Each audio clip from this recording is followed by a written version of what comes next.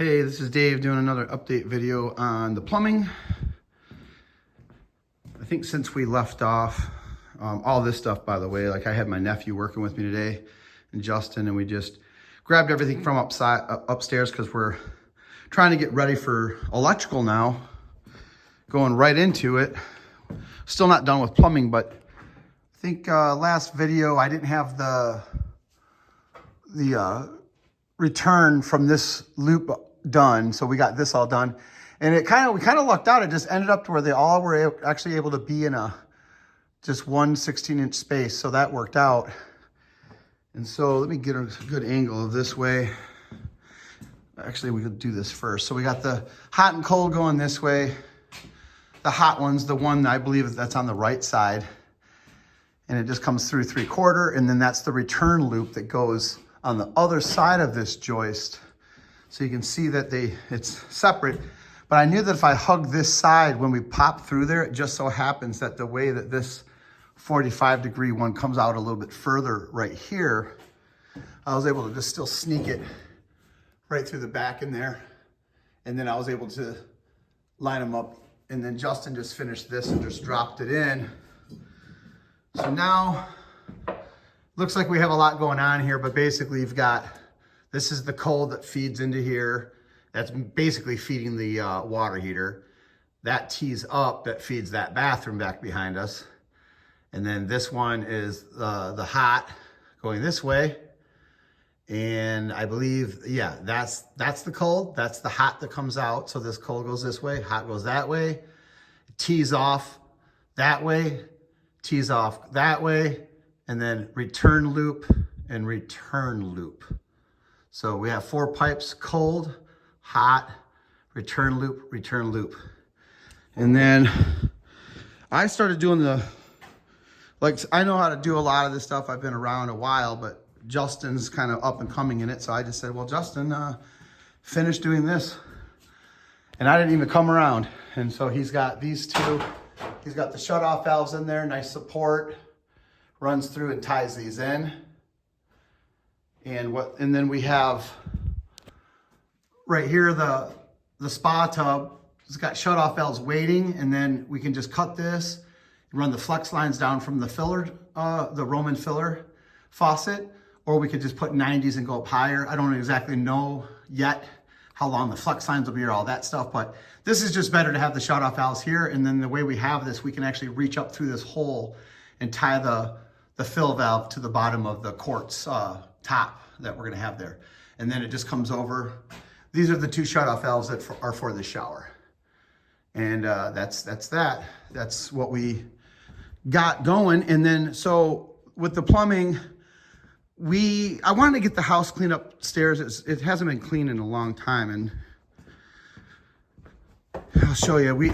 I tell you, when you have 2 other guys working for you, you just get a lot done. I wouldn't have been able to do all this myself. But this is where I had my tools for, geez, a long time. And this is the kitchen. So now this is all emptied.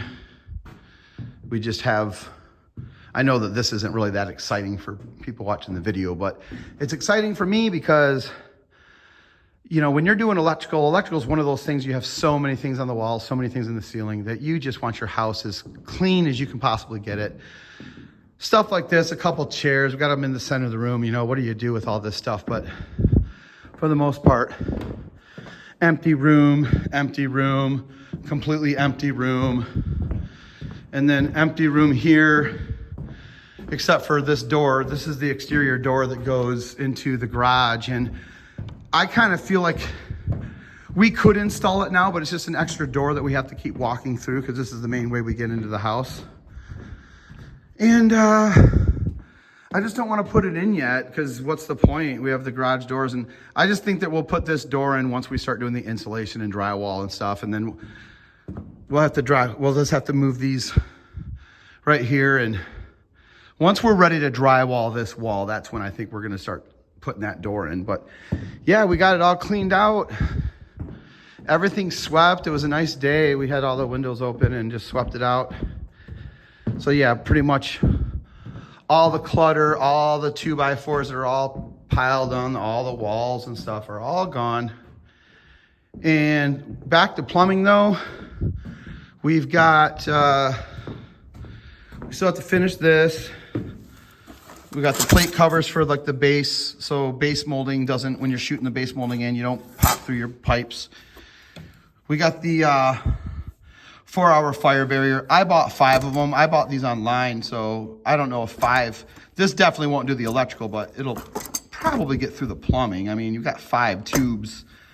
And then it's funny in construction, sometimes you think something's going to be cheap and some stuff is going to be expensive. I thought that these strike plates, I bought a box of 200 of these strike plates for like $30. There's a big box of 200 and I was like, wow, that's pretty cheap. And then I go into the supply house thinking like, oh, the insulation to insulate the pipes, that'll be pretty cheap. It's just foam. No, that's not cheap. For 270 feet of the 1/2-inch wall foam pipe insulation for the copper, for 270 feet, it was like $370 for one box of 270. At the supply house, they were trying to push the fiberglass, which is a little bit better, but it's still like code's 1/2-inch wall, like so 1/2-inch foam, 1/2-inch fiberglass.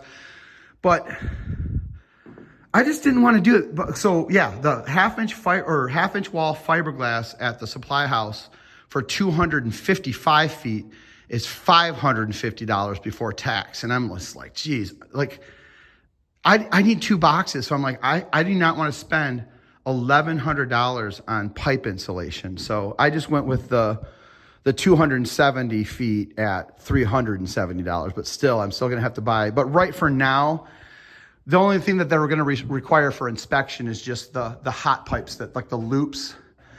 I believe by code, you don't have to put insulation on your hot pipe that's not. So like right here, this is your loop. Code is that you'd want insulation on this pipe and then going this way and then returning down. But even with this 1/2-inch pipe, that's not code, but I think I'm gonna get a box of the 1/2-inch stuff too, because why not try to make it as efficient as possible with your pipe staying hot. So anyways, that's the update. We're about at 8 minutes, so I'll keep these videos coming. But yeah, real quick though, that's the things that we have to do before we get the plumbing inspection is we have to strike plate, fire caulk, top and bottom. And anyone that doesn't know what the fire caulking is, it just means that once you drywall here and on the back side, you still have air cavities in here because it's not insulated. If a fire did start and get up in here, it can start drawing air out from up in that joist.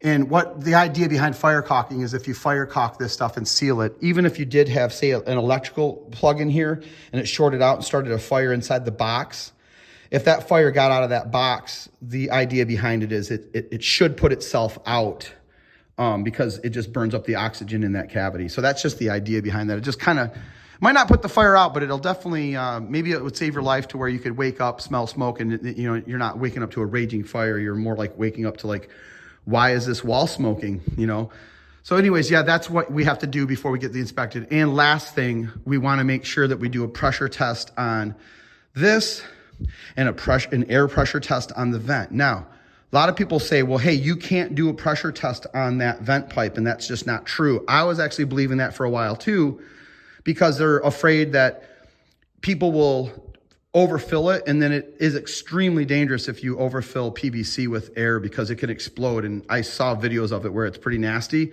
But it says right in the code book that jurisdicts this area, it does say you can't do it. But then at the bottom it says an exception. And it says basically in a residential home where you're doing drain, waste, and vent, which that is, you are allowed to do a pressure test that's air as long as it's not above 5 PSI.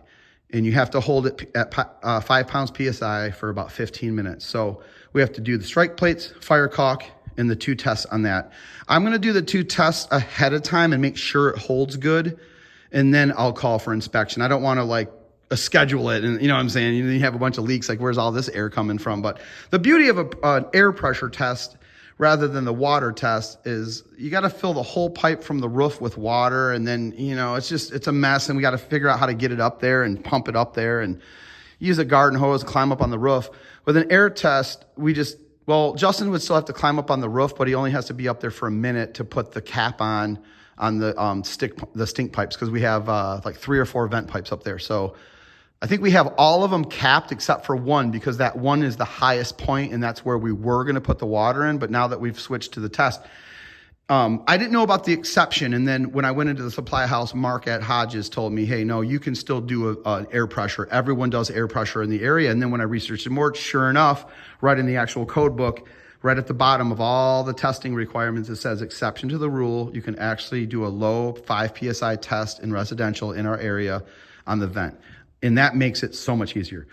So with that, that's our update, and I'll keep it going. I'll probably do one more quick video when we have all the strike plates and the fire caulk on, but I'll keep the videos coming. This is Dave, signing off.